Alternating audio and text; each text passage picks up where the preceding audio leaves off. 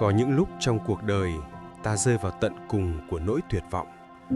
Mọi cánh cửa dường như khép lại, những lời cầu nguyện dường như không còn được đáp lại. Ta gục ngã, mỏi mệt và tự hỏi: Chúa ơi, Ngài có thật sự nghe con không? Nhưng chính trong những giây phút tưởng chừng tăm tối nhất ấy, lòng tin lại trở thành ánh sáng nhỏ bé, dẫn ta ra khỏi bóng đêm. Lòng tin không phải là sự chắc chắn rằng mọi điều sẽ tốt đẹp, mà là niềm xác tín rằng dù con không hiểu, Chúa vẫn đang hành động.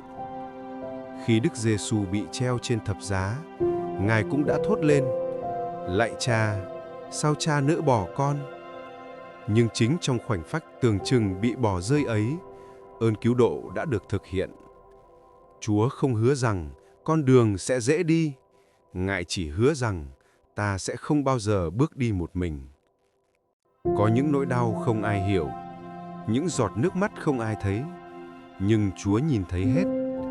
Ngài ở đó, trong sự im lặng, như một người cha đang lắng nghe và chờ đợi đứa con trở về. Lòng tin là sức mạnh giúp ta đứng dậy.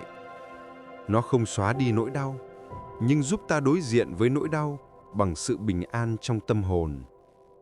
Nó dạy ta nhìn mọi sự bằng đôi mắt của hy vọng, thay vì sợ hãi. Khi ta tin, ta trao cho Chúa quyền hướng dẫn cuộc đời mình. Giống như con thuyền nhỏ giữa đại dương, ta không biết sóng gió sẽ đến từ đâu, nhưng ta biết rằng tay Chúa đang nắm lấy bánh lái. Và chỉ cần tin, ta sẽ không bao giờ lạc lối. Có thể hôm nay, bạn đang trong cơn thử thách, đang cảm thấy yếu đuối, cô đơn hay mất mát. Nhưng hãy nhớ rằng, mọi đêm tối rồi cũng sẽ qua, và bình minh của ân sủng sẽ lại đến. Vì ngay cả khi bạn không còn đủ sức để cầu nguyện, Chúa vẫn đang thì thầm: Ta ở đây, đừng sợ.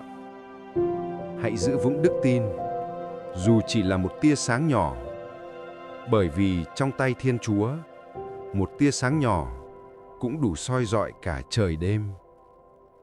Khi ta đặt trọn niềm tin vào Chúa, mọi tuyệt vọng sẽ dần tan biến, và ta sẽ nhận ra rằng chính trong những lúc yếu đuối nhất, Chúa lại ở gần ta nhất.